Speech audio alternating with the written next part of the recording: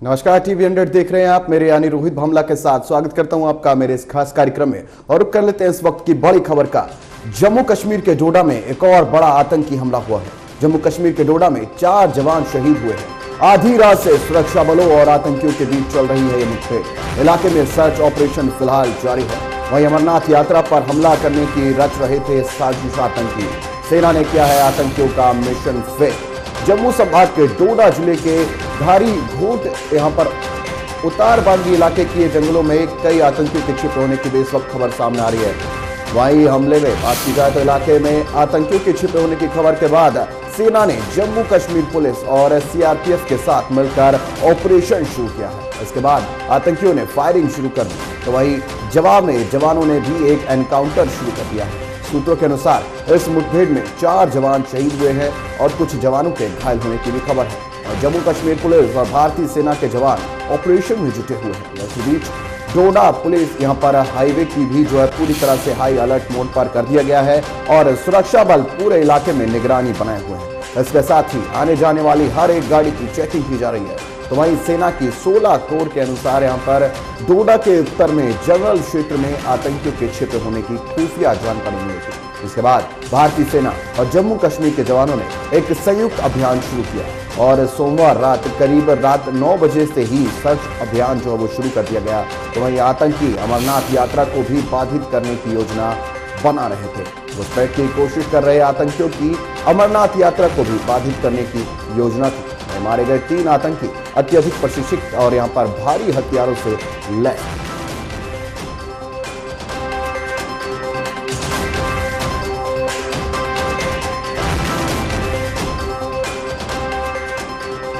तो इसी पर चर्चा करने के लिए अशरार हमारे संवाददाता हमारे साथ लगातार बने हुए हैं। अशरार, जिस तरह से जम्मू कश्मीर के अंदर एकाएक हमले देखने को मिल रहे हैं और ये एक ही महीने के अंदर 8वीं ऐसी घटना है जब जम्मू संभाग के अंदर इस तरह का हमला हुआ है। ऐसे में क्या कुछ रुख इस बार प्रशासन करता हुआ नजर आ रहा है, क्योंकि अभी तक लापरवाही जो वो देखने को मिल रही है? जी रोहित, मैं आपको बता दूं कि ये डोडा से लगभग 40 किलोमीटर दूर दरीगोट इलाका आता है। वहां पे जो है ये एनकाउंटर चल रहा है कुल्हाड़ और कोटा जेसी टॉप पर। तो ये कुल्हाड़ और जो थोड़ा सा मैं इसकी डिटेल आपको बता दूं इस इलाके की। ये जो जेसी और कुल्हाड़ टॉप है, इसी बीच इसी जंगल के अंदर ये मुठभेड़ चल रही है। इलाका जो है पूरा अभी भी कॉर्डन ऑफ है। इलाके में कल से ये लगातार जो है एनकाउंटर चल रहा है। फिलहाल जो ये वहां से सूत्रों के हवाले से खबर आ रही है कि 4 जवान जो है उनने इसमें अपनी जान गंवा दी है, जिसके साथ जिसमें एक कैप्टन भी शामिल है। तो लगातार जो है इस इलाके को अभी भी आर्मी ने पूरा घेरा हुआ है और हेलीकॉप्टर और ड्रोन की मदद भी ली जा रही है इस इलाके में। फिलहाल जो है इलाका पूरा कॉर्डन ऑफ है और इलाके में अभी भी मिलिटेंट्स की तलाश अभी भी जारी है। जी लेकिन बात की जाए तो इस वक्त जो कुछ देखने को मिल रहा है, जम्मू के अंदर एकाएक हमले हो रहे हैं। ऐसे में जम्मू संभाग को ही इसका जो टारगेट है वो क्यों बनाया जा रहा है? क्या लगता है कि जम्मू कश्मीर के अंदर जिस तरह के ये हमले हो रहे हैं, सिर्फ जम्मू संभाग को ही इसका टारगेट और एम क्यों बनाया जा रहा है? अगर बात की जाए कल केरन सेक्टर जो नॉर्थ कश्मीर का इलाका आता है, वहां पे भी एनकाउंटर हुआ था। जो मिलिटेंट्स थे वहां से अंदर आने की घुसपैठ करने की कोशिश कर रहे थे। वो एनकाउंटर जो है कल ही खत्म हुआ। वहां पे भी 3 मिलिटेंट्स के मारे जाने की खबर सामने आ रही है। अगर देखा जाए तो लगातार जो है जो एलओसी के करीब जितने भी गाँव है, चाहे नॉर्थ कश्मीर की बात की जाए, कुलगाम साउथ कश्मीर की बात की जाए या जम्मू की बात की जाए, तीनों जगहों जो है मिलिटेंट्स का थोड़ा सा रेशियो जो है इस बार बढ़ गया है। लगातार जिस तरह से एनकाउंटर हो रहे हैं कुलगाम इलाके में, चाहे बात करें या कुटवा के अंदर जिस तरह से हमला हुआ है, तो कहीं ना कहीं जो है मिलिटेंट्स अंदर आने की फिराक में लगे रहते हैं। उसके बाद जो है सिक्योरिटी फोर्स भी हाई अलर्ट पर है।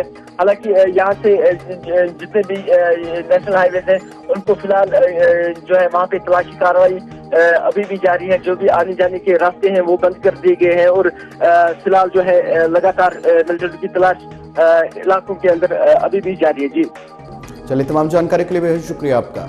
वहीं खबरों में आगे बढ़ते इस वक्त केरल, गोवा, महाराष्ट्र, कर्नाटक और गुजरात के सौराष्ट्र और कच्छ में आज भारी बारिश का रेड अलर्ट जारी किया गया है।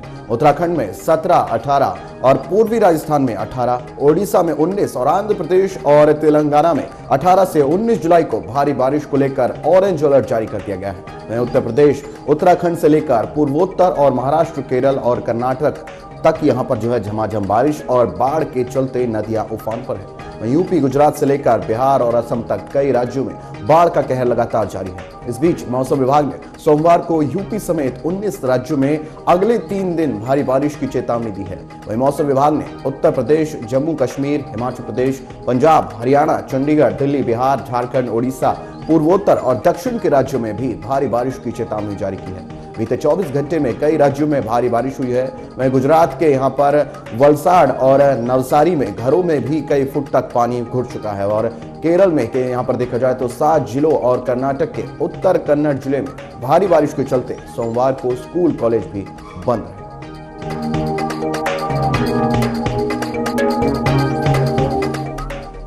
खबरों में आगे बढ़ते हैं। इस वक्त नीट पेपर लीक मामले से जुड़ी खबर सामने आ रही है। नीट पेपर लीक मामले में सीबीआई ने हजारीबाग में फिर की है छापेमारी। हजारीबाग से राजू उर्फ राजकुमार की हुई है गिरफ्तारी। सीबीआई ने राजकुमार को हिरासत में लिया है। गेस्ट हाउस मालिक को भी किया गया है नीट मामले में गिरफ्तार। तो वही खबरों में आगे बढ़ते हैं। इस वक्त जम्मू कश्मीर में अमरनाथ यात्रा के तहत श्रद्धालुओं का एक बड़ा जत्था यहां श्रीनगर के बेस कैंप पंथा चौक से रवाना हुआ। वहीं यात्रा को सफलतापूर्वक और सुरक्षित ढंग से संचालित करने के लिए इलाके में सुरक्षा के व्यापक इंतजाम किए गए हैं। वहीं इस बार सुरक्षा व्यवस्था को विशेष रूप से कड़ा किया गया है ताकि किसी भी संभावित खतरे से निपटा भी जा सके और पुलिस और सुरक्षा बलों की कई टुकड़ियां पंथा चौक और आसपास के इलाकों में तैनात की गई है। इसके साथ ही ड्रोन और सीसीटीवी कैमरे से यात्रा मार्ग पर कड़ी निगरानी रखी जा रही है। वहीं श्रद्धालुओं के लिए मेडिकल सुविधाएं और अन्य आवश्यक सेवाएं भी मुहैया कराई गई है। श्रद्धालुओं में इस वक्त उत्साह और भक्ति का माहौल है। वे भगवान शिव के दर्शन के लिए भी उत्सुकता के से आगे बढ़ते हुए नजर आ रहे हैं। वहीं प्रशासन और सुरक्षा एजेंसियां मिलकर ये सुनिश्चित कर रही है कि यात्रा बिना किसी बाधा के संपन्न हो। अमरनाथ यात्रा हमेशा की तरह इस बार भी श्रद्धालुओं के लिए एक अद्वितीय आध्यात्मिक अनुभव साबित हो रही है। तो वहीं खबरों में आगे बढ़ते हैं। इस वक्त केंद्रीय गृह मंत्री अमित शाह आज हरियाणा के दौरे पर रहने वाले हैं। राज्य स्तरीय पिछड़ा वर्ग सम्मान सम्मेलन में शामिल होने वाले हैं। 7 जिलों के 1600 पुलिसकर्मी इस पूरे कार्यक्रम में शामिल रहेंगे। अहिरवाल क्षेत्र को साधने आज महेंद्रगढ़ आएंगे अमित शाह। 7 जिलों की विधानसभा सीटों पर रहेगी नजर। पिछले 20 दिनों के दौरान केंद्रीय गृह मंत्री अमित शाह हरियाणा में दूसरी बार पहुंच रहे हैं। इस बार बीसी सम्मेलन के सहारे दक्षिणी हरियाणा के अहिरवाल क्षेत्र को साधने महेंद्रगढ़ आए हुए हैं। वहीं शाह मंगलवार सुबह 11 बजे हेलीकॉप्टर के माध्यम से हरियाणा केंद्रीय विश्वविद्यालय में पहुंचेंगे। कार्यक्रम में प्रदेश के मुख्यमंत्री नायब सिंह सैनी, भाजपा प्रदेश अध्यक्ष मोहन लाल बड़ौली सहित केंद्रीय मंत्री, सांसद, विधायक व प्रदेश भर में पार्टी पदाधिकारी भी शामिल होंगे। गौरतलब है कि दक्षिणी हरियाणा के अहिरवाल के नेता एवं केंद्रीय राज्य मंत्री राव इंद्रजीत सिंह खुले मंच से पार्टी में यहां पर भीतरघात का जिक्र कर चुके हैं। साथ ही उन्होंने हाल ही में लोकसभा चुनाव में जीत के बाद अपने धन्यवादी दौरे पर भी प्रदेश सरकार को भी चेताया था। उन्होंने खुलकर कहा था कि प्रदेश में सरकार बनने का रास्ता दक्षिणी हरियाणा से होकर गुजरता है। राव पार्टी से नाराज चल रहे हैं, वह अमित शाह अहिरवाल की राजनीति में बड़े बदलाव का भी संकेत दे सकते हैं।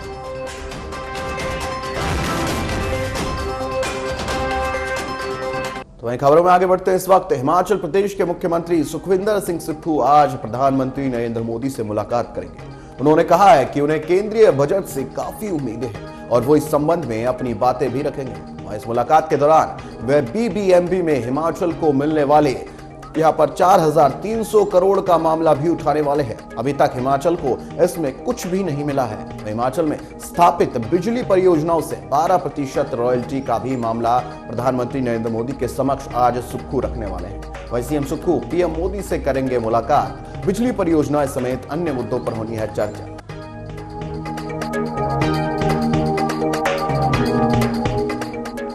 एक और खबर का रुख कर लेते हैं। इस वक्त दिल्ली हाईकोर्ट मनी लॉन्ड्रिंग मामले में मुख्यमंत्री अरविंद केजरीवाल की जमानत को चुनौती देने वाली ईडी की याचिका पर 7 अगस्त को सुनवाई करेगा और यहां पर हाईकोर्ट ने केजरीवाल को जमानत देने के निचली अदालत के 20 जून के आदेश पर रोक इस वक्त लगा रखी है। वहीं सोमवार को उनकी जमानत के खिलाफ दायर ईडी की याचिका पर भी दिल्ली हाई कोर्ट में सुनवाई हुई है। इस दौरान केजरीवाल के वकील विक्रम चौधरी ने बताया कि इसकी जानकारी ईडी ने हमें कल रात 11 बजे ही दी थी। वहीं कोर्ट के समक्ष जवाब रखने तथा तथ्यों को रिकॉर्ड पर रखने के लिए उन्हें समय चाहिए। इसके बाद कोर्ट ने सुनवाई 7 अगस्त तक के लिए टाल दी है। इससे पहले शुक्रवार को सुप्रीम कोर्ट ने दिल्ली के मुख्यमंत्री अरविंद केजरीवाल को जमानत दे दी थी, लेकिन उसके तुरंत बाद राउज रेवेन्यू कोर्ट ने सीबीआई केस को लेकर केजरीवाल की न्यायिक हिरासत को 25 जुलाई तक बढ़ा दिया था। इससे पहले दिल्ली के मुख्यमंत्री अरविंद केजरीवाल को सुप्रीम कोर्ट ने 10 मई को लोकसभा चुनाव के दौरान जमानत दी थी। तब से और वो 39 दिन बाद भी तिहाड़ जेल से बाहर आए थे,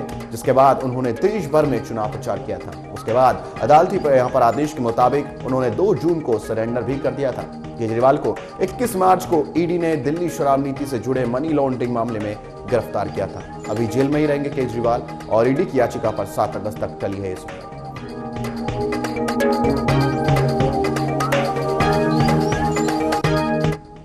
तो वहीं दिल्ली के बुराड़ी में बाबा केदार का प्रतीकात्मक मंदिर बनाने को लेकर विरोध के सुर तेज हो गए हैं। केदारनाथ धाम से लेकर पूरी केदार घाटी में इसको लेकर नाराजगी यहाँ पर जो है व्याप्त की है। दरअसल केदारनाथ धाम ट्रस्ट बुराड़ी दिल्ली में इस वक्त केदारनाथ के प्रतीकात्मक मंदिर का निर्माण करवाया जा रहा है, पर इससे केदारनाथ धाम से जुड़े पंडित, पुरोहित और यहाँ पर धर्मावलंबियों ने भी गुस्सा जताया है। दरअसल इन सभी लोगों का कहना है कि केदारनाथ धाम से करोड़ों सनातन यहाँ पर धर्मावलंबियों की आस्था जुड़ी हुई है। ऐसे में बाबा केदारनाथ का मंदिर कहीं और बनाना ये तीर्थ के मर्यादा के खिलाफ है, साथ ही धर्मों के प्रति लोगों की आस्था पर भी प्रभाव है। और सीधा इसी बीच उत्तराखंड सरकार ने इस मामले में हस्तक्षेप किया है। मुख्यमंत्री पुष्कर सिंह धामी ने मामले में हस्तक्षेप करते हुए कहा कि बाबा केदार का धाम दुनिया में और कहीं नहीं बन सकता। उन्होंने बद्री केदार मंदिर समिति के अध्यक्ष को जरूरी दिशा निर्देश भी दिए हैं। मुख्यमंत्री पुष्कर सिंह धामी ने कहा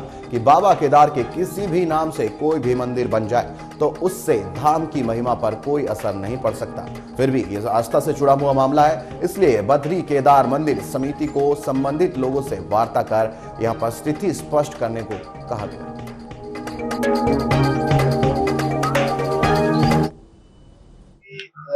हमारा जो ज्योतिर्लिंग है उसका स्थान एक ही है, दूसरे स्थान पर धाम नहीं हो सकता है। अधिकारिक रूप से मंदिर।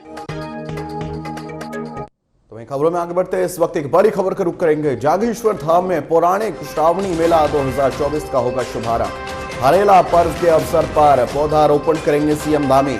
हरेला पर्व के अवसर पर आयोजित शहीदों के नाम पौधारोपण कार्यक्रम।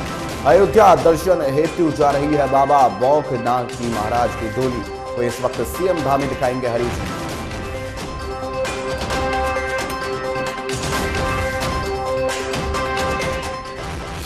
तो एक और खबर का रुख कर लेते हैं इस वक्त। मुख्तार अंसारी को जेल में जहर दिया या इलाज तक नहीं मिला, सुप्रीम कोर्ट में उमर का आरोप। कोर्ट ने यूपी सरकार के 4 हफ्ते में इस संबंध में जवाब मांगा।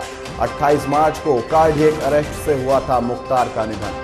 गैंगस्टर से नेता बने दिवंगत मुख्तार अंसारी के बेटे उमर अंसारी ने सोमवार को सुप्रीम कोर्ट के समक्ष आरोप लगाया है कि उनके पिता को जेल में इस खाने में जहर दिया जाता था। उन्हें पर्याप्त इलाज न देने की वजह से इनकार किया और यहाँ पर उन्हें पर्याप्त जो इलाज है वो नहीं दिया गया। इसी के चलते उन्हें हिरासत में लिया गया था और हिरासत में भी जब है उनकी मौत हुई। जस्टिस हरिकेश ने राय और यहाँ पर SVN भट्टी की खंडपीठ के समक्ष मुख्तार अंसारी के बेटे उमर अंसारी की 2023 में दायर याचिका की सुनवाई के दौरान यहाँ पर बांदा जेल परिसर में अपने पिता की सुरक्षा का मुद्दा उन्होंने पहले भी उठाया था।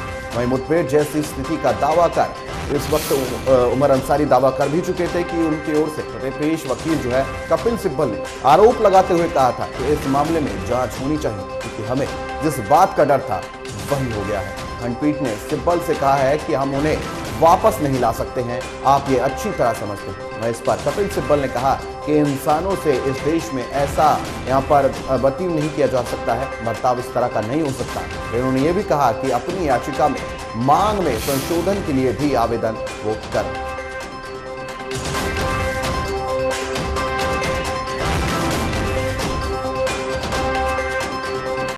तो उत्तर प्रदेश के 17 जिलों में बाढ़ की स्थिति गंभीर हो चुकी है। करीब 97 गांवों का संपर्क टूट चुका है और 20 लाख लोग बाढ़ से प्रभावित है। नेपाल सीमा से सटे क्षेत्रों को बाढ़ प्रभावित घोषित किया गया है। गोरखपुर में राप्ती नदी खतरे के निशान से ऊपर बह रही है।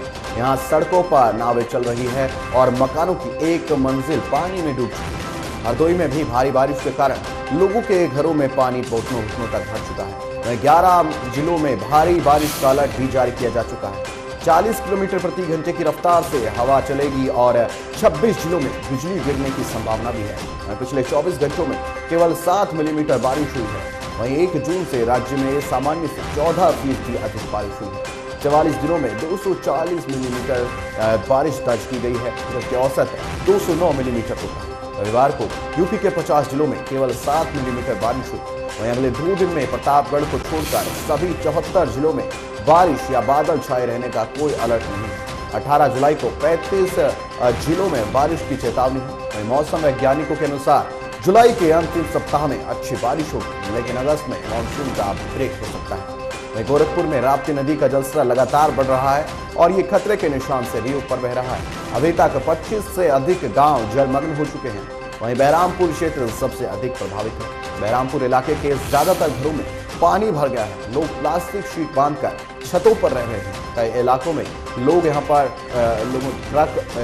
ट्रक और बसों के टायरों के सहारे भी पानी भरे इलाके में एक जगह से दूसरी जगह जाते हुए नजर आ रहे हैं। उन्हें यहाँ पर उत्तर प्रदेश में बाढ़ का कहर भी बना हुआ है और ऐसे में लोग घबराए भी।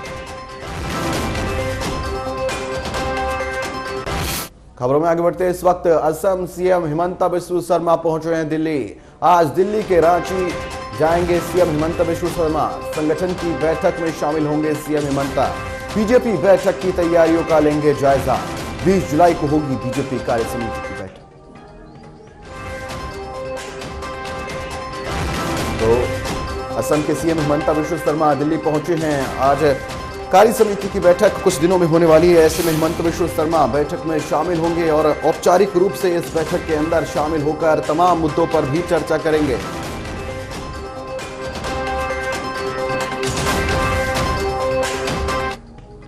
खबरों में आगे बढ़ते इस वक्त ट्रंप औपचारिक रूप से बने हैं रिपब्लिकन पार्टी के उम्मीदवार। रिपब्लिकन पार्टी की ओर से लड़ेंगे राष्ट्रपति पद के लिए चुनाव। व्हाइट हाउस में वापसी को लेकर आश्वस्त है ट्रंप। राष्ट्रपति की रेस में बाइडन से आगे है ट्रंप। 2022 में बाइडन से राष्ट्रपति चुनाव में हार गए थे ट्रंप। रिपब्लिकन नेशनल कन्वेंशन में प्रतिनिधियों ने औपचारिक रूप से डोनाल्ड ट्रंप को पार्टी के राष्ट्रपति पद के उम्मीदवार के रूप में नामित किया है। बता दें कि 2 दिन पहले ही पूर्व राष्ट्रपति की हत्या के प्रयास भी किए गए थे। यहाँ पर पेंसिल्वेनिया में रैली के दौरान ट्रंप पर हमला किया गया था, जिसमें स्नाइपर द्वारा चलाई गई गोली उनके कान को छूकर निकल गई। बहरहाल डोनाल्ड ट्रंप 2020 में राष्ट्रपति जो बाइडन से हार गए थे, लेकिन नवंबर में उनका सामना फिर से बाइडन से होने वाला है। तो वहीं ट्रंप द्वारा यहाँ पर उपराष्ट्रपति पद के लिए अपने पसंदीदा उम्मीदवार के रूप में ओहियो के सीनेटर जेडी वेंस के यहाँ पर चुने जाता है। इस तरह का नाम सामने आ रहा है। वह युवा ओहियो सीनेटर अपने संस्मरण हिलबिली एलेजी से राष्ट्रीय स्तर पर भी चर्चा में आए हैं, जिसमें उन्होंने ग्रामीण अमेरिकी के कठोर जीवन का चित्रण भी किया था। वैसे ट्रंप का व्हाइट हाउस में भी एक चौंकाने वाली जो वापसी है उसको लेकर पूरी तरह से खुद को भी वो तैयार कर चुके हैं। उन्होंने अपनी पहले कार्यकाल के दौरान कई कानूनी समस्याओं को और 2 यहाँ पर महाभियोगों को का भी जो है सामना किया है। राष्ट्रपति जो बाइडन कमजोर जनमत सर्वेक्षणों और अपने स्वास्थ्य को लेकर भी डेमोक्रेटिक चिंताओं में जूझ रहे हैं।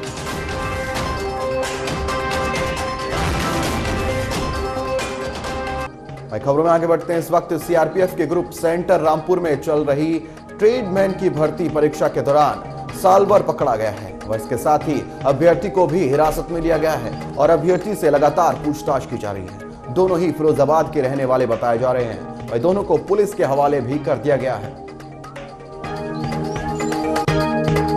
सीआरपीएफ में ट्रेडमैन की भर्ती के लिए परीक्षा का आयोजन किया जा रहा है। 20 जुलाई तक चलने वाली परीक्षा के दौरान करीब 3000 परीक्षार्थियों को परीक्षा के लिए बुलाया जा रहा है। सोमवार को परीक्षा के समय सुधांशु नाम के एक अभ्यर्थी को शक के आधार पर यहां पर सीआरपीएफ अफसर ने पकड़ लिया। वहीं पूछताछ में पता चला कि वह अपने दोस्त ब्रिजपाल के स्थान पर परीक्षा दे रहा है। इसके बाद दोनों आरोपियों को पकड़कर सीआरपीएफ के तमाम बात की जाए बड़े अधिकारियों ने और डीआईजी ने दोनों से पूछताछ की है। फिलहाल इस मामले में जांच की जा रही है।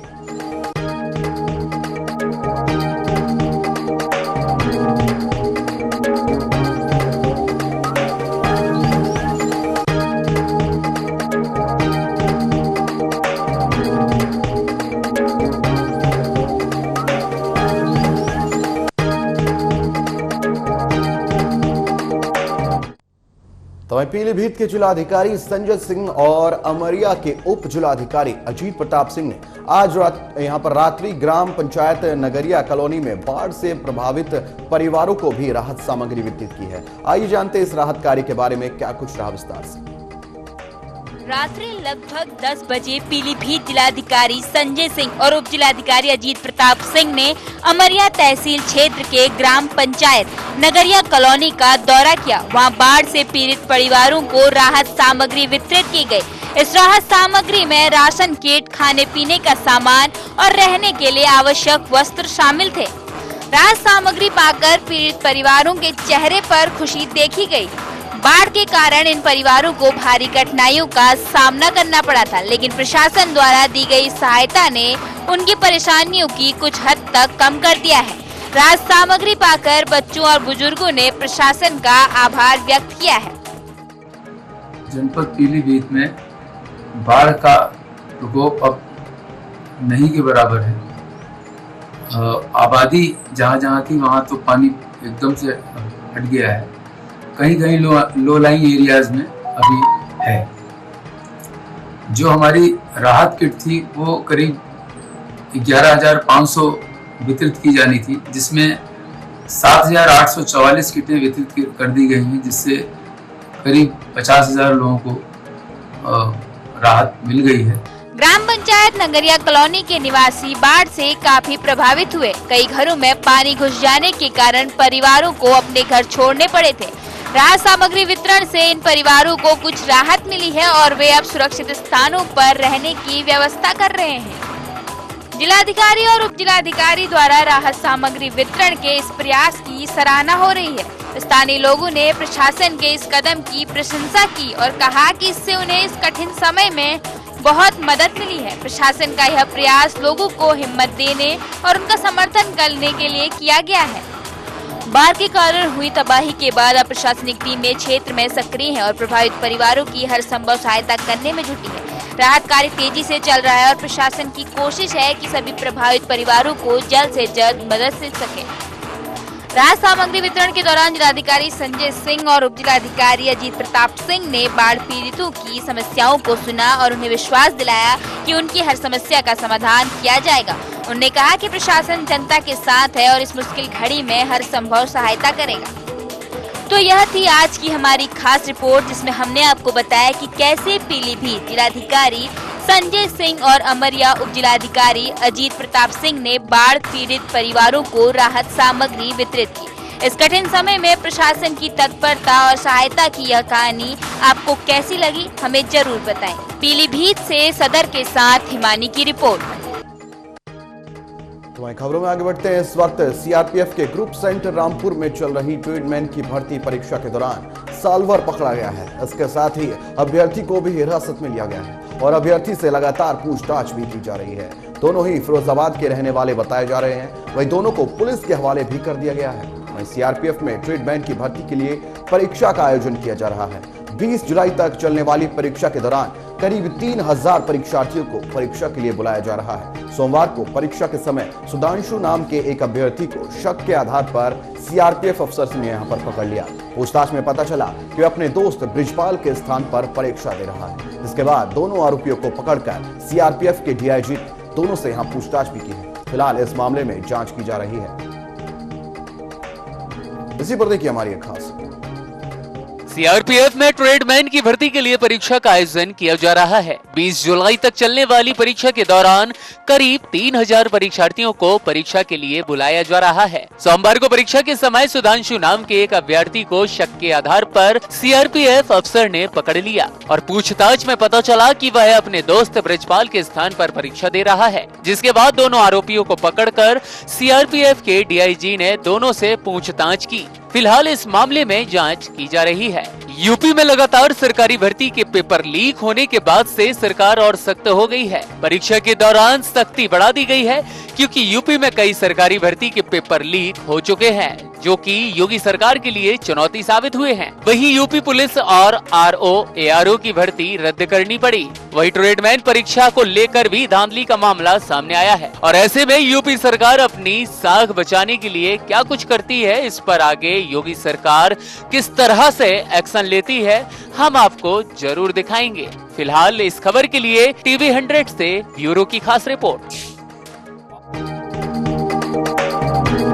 कि हमारे यहाँ एक गलत आदमी भर्ती हो रहा है। उनकी डिटेल इस प्रकार से है कि जो भर्ती होने वाला कैंडिडेट है वो सुधांशु है और वो गांव भीकरपुर सदासुख पोस्ट जरोली कला फिरोजाबाद का रहने वाला है। और जो भर्ती हो रहा है सुधांशु के नाम पर, हमारे यहाँ पूरी प्रक्रिया से गुजर रहा है, उसका नाम है ब्रिजमोहन। ये दोनों एक ही गांव के रहने वाले हैं। जो दस्तावेज प्रस्तुत किए गए हैं उसमें सुधांशु ने अपने दस्तावेज ब्रिजमोहन को दिए हैं।